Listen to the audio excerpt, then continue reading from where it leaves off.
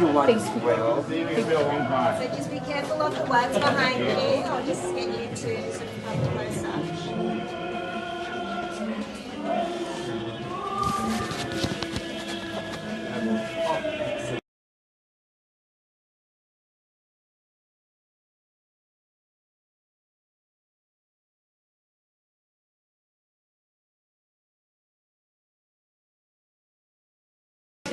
Just want it maybe.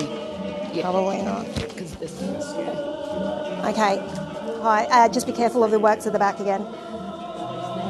So once again, welcome. Multi-Futures is an exhibition about inclusion.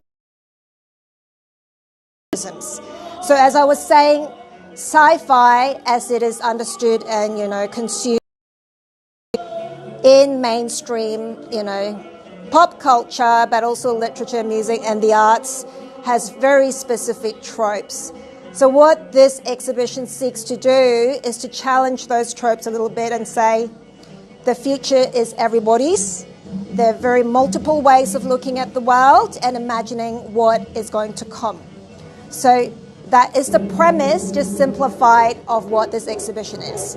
And we're very proud to actually present this exhibition because we've got 3 international artists. So Black Quantum Futurism, which has got like a stellar record, they have shown in Documenta. So for both those of you who are not familiar, Documenta is like the platinum level of art festivals. We've also got Subash Debelimbu. He's Nepalese, UK-based artist. What we're presented here is a VH award that is sponsored and supported by Hyundai Motors. And of course, what is very prominent is the first-time premiere of Alia Ali's work. Alia Ali is a Yemeni Bosnian American, first time ever showing in Australia, and she's a pioneer of Yemeni futurism. So this is a site-specific work that we've created in response to this space. It speaks obviously to a little bit of the cultural trauma of Yemen, her experiences of it, but also how she then collates all that information and has a creative interpretation of what the future might be for the Yemeni people. Behind you here, we've got rising superstar Serwa Atafwa. She's one of the artists in this current edition of the Biennale of Sydney. She has worked in the Museum of Contemporary Art, and she also recently curated the MCA Art Bar, also on the theme of tomorrows. Now you will recognize these are really distinct if you look at her works.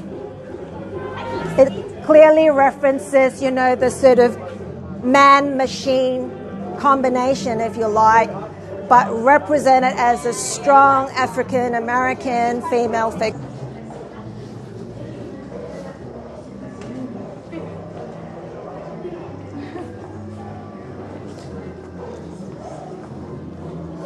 So this is the work of Western Sydney artist Cullen J.D.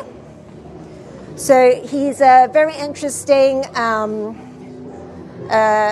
artist of Indian background.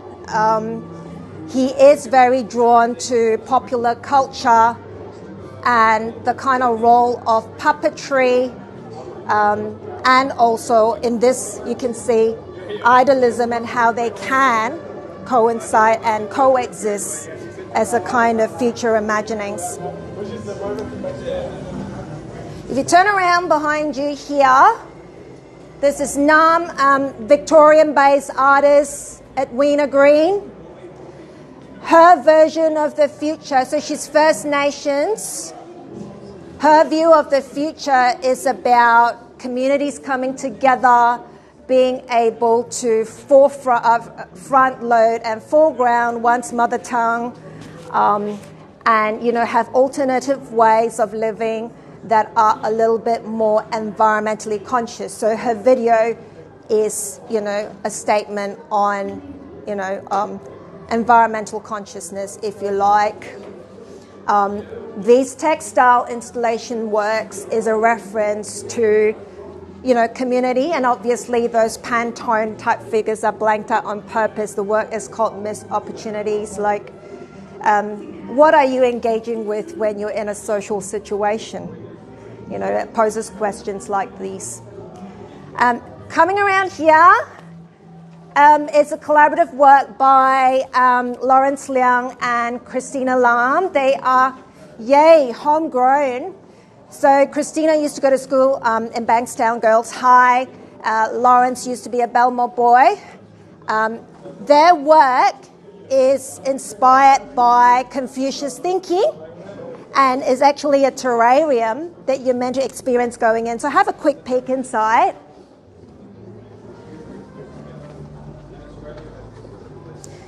It's one of those works you're meant to actually go in and be encompassed by the space. And there are actually 5 scenes that he's quite painstakingly created in the terrarium.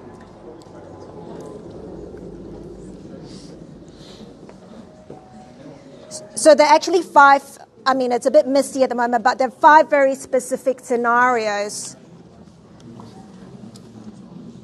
representing the Confucius values, but giving it a very modern futurist twist. So obviously with Lawrence and Christina, their kind of reference point is Asian futurism.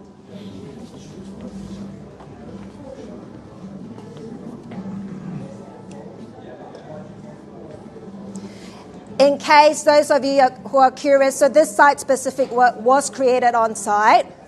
So he had to assemble quite a little bit of it on site. So it was a multi-day installation. And in this corner here, we have the work of Black Quantum Futurism. They are femme collective of 2 African-American artists that looks at storytelling from a very transmedial approach, meaning it's based on literature, film or moving image, music, sound, and also visual arts. Now, this short film is actually based on a literary piece that one half of Black Quantum Futurism wrote. So Rashida Phillips wrote a story, and this was actually shot on the basis of that. So that's that sort of transmedial connection. They like to, and one of the things that they're most concerned with is time and temporality. How do we perceive time? Can we, look into our future by rewriting our past and our histories? So again, a sort of defining what the Black American experience is through time and through reframing time. So people who have an urban and city planning background here might be interested to know that Rashida actually works in housing policy in Philadelphia.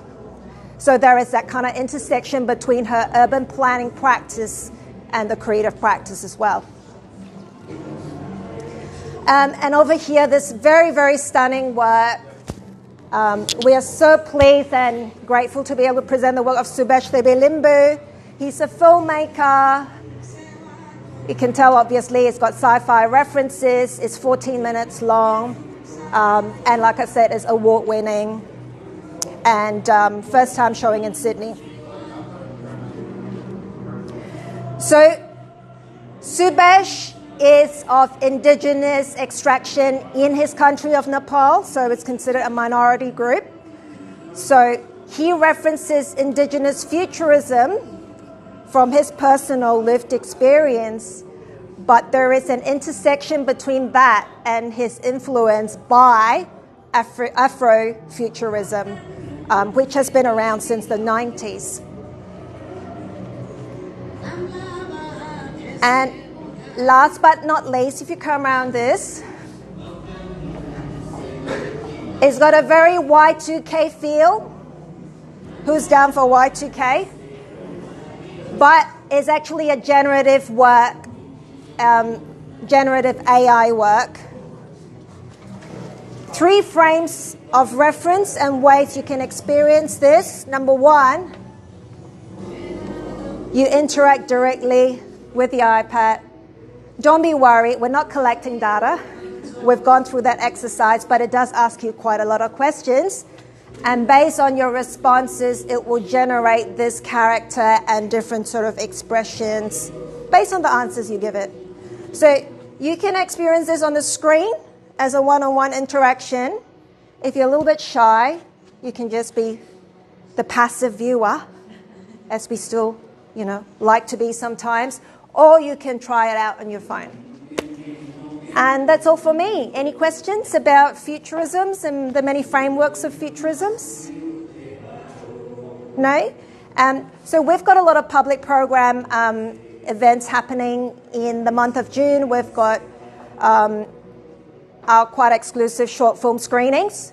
So the 3 international artists all have film practices, and some of them, they're quite sound-based, so we're only screening them 3 times in the duration of this exhibition, and it's free.